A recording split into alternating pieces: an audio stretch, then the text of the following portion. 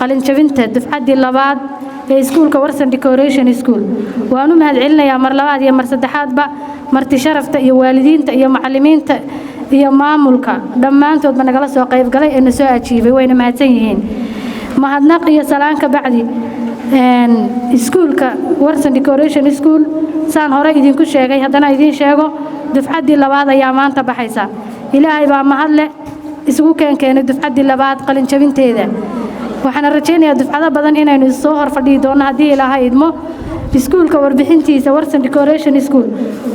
hadda waxa uu sana jirsaday muddo sanad iyo 2 bilood oo hadda jira uu sana jirsaday dufcaddii labaad baa baxaysa alxamdulillah ilaahay baa mahad iska leh ardayda hadda yar baxaysa cadadkoodu wuxuu ka kooban yahay 35 ardaydii horena 35 taasay ahayd sababta iskuulka loo aasaasay waxay ahayd horumarinta deegaanka haweenka gobolka Cayn horumarintiisa sida deegaanada iyo gobolada kale ee Soomaaliya ka jira oo kale inaynu noqono xirfadaha deegaanada lagu barto iyo kuwa aan lagu baranba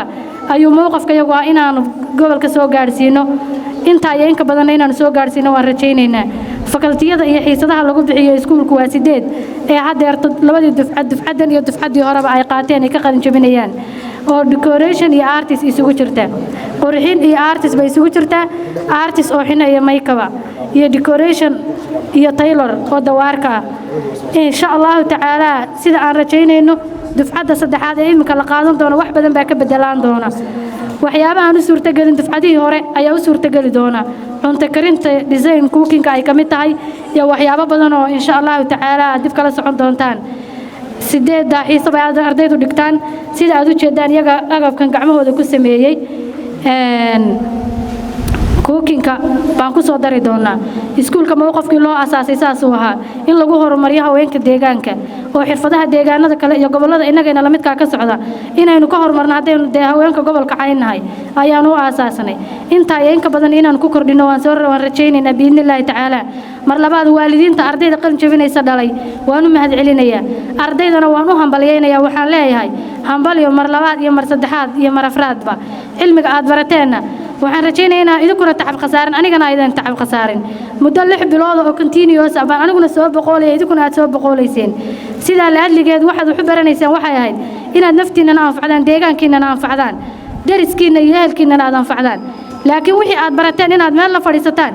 anigana khasaare idinku tahay idinkana khasaare idinku tahay waalidkiina khasaare ku tahay bulshada gobolka Cayna khasaare ku tahay qof kasta waxaan kula talinayaa wixii uu bartay inuu deegaanka uga faa'iideeyo halka qof ee inaha bartay dariskiisa oo dhan uu kaafin karaa annaga mowqafka iyagu wuxuu yahay guri kasta oo gobolka Cayn kamida haweenka jooga inaan baahi tirno hadii ilaahay idmo oo aan ka baahi tirno annaga farsamada aan naqaano farsamada gacanta inaan gaarsiino gobolka oo dhan biidnillaahi ta'ala haweenka gobolka Cayn ku nool oo dhan ay noqdaan kuwa iskaafiyo oo guri kasta uu joogo arday artisa arday decora arday cookina oo cidna qofna uu soo cid u baahanin biidnillaahi ta'ala mar saddexaad waxaan ka codsanayaa oo mar labaad ka codsanay mar koowaad ka codsanay waalidiinta ardayda dhalay faahfaahinta iskuulka ka bacdi ardayda waalidiinta ardayda dhalay inay ardaydooda iyo caruurtooda waxa ay barteen inay ku garab istaagaan waayo ay sababta qofka hadduu wax bartay oo 6 bilood xina baranayay oo aan la oranin kaali dariska u mari ehelka u mari aniga ii mari wixii waa la ilaawaya waa gacan ku hayn dadku ha ku shaqo tagaan iskuul ha furtaan koofeer ha furtaan xarumo ay wax ku mariyaan ha furtaan waan soo dhawaynaynaa waxa kale oo aan ku faraxsanaa raba halkan aan ka sheego Warsan maanta waa hooyo ardaydii ka baxday oo ku bogaadinaya qayb kamid way joogtaa ardaydii ka baxday dufcaddii koowaad maanta iyaga iskuul magaalada uga furan yihiin aad baan ugu faraxsanay waan soo dhawaynaynaa ardaydana waan rajaynaynaa inay ardayda ku daydaan oo ay sida ardayda dhiiradaan ardaydii ka baxday Warsan Decoration dufcaddii koowaad iskuulaha maanta decora baa uga furan gobolka waan ku mahadinaynaa aad baynu u mahadsan yihiin ardaydana waxaan ka codsanaynaa inay ku daydaan iskuulaha furtaan xarumaha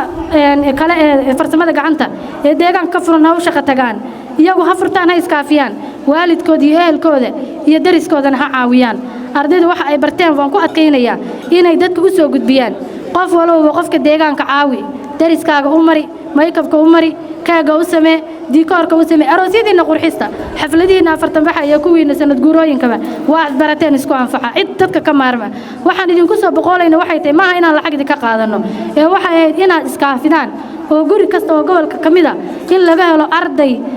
qoys kasta kaafiya oo dikoora oo artisa waxaan rajaynayaa inaad waanadayda qaadan doontaan waalidiintu ardayda dadka ay dhaleen ee ardayda quruxda badana waxaan kula talin lahaa inay dabagal ku sameeyaan xinaha ha sameeyaan maykabka ha sameeyaan dawaarka ha tolaan keega ha sameeyaan dikoorka ha sameeyaan ha loo dirsado mar labaad iyo mar saddexaad baa arrintaa waan ku celcelinayaa waayo wixii aan soo baranay oo 6 bilood aan u soo boqolayay idinkuna aad guryaha iyo reeraha iyo caruuraha iyo danaha iyo waxbarashooyin kale u dayacdeen haddii ay only bes qalin jabin noqdaan waa la yanfacahu ana khasaare igu tahay idina khasaare idinku tahay waxaan rajaynayaa inaad waanadayda qaadan doontaan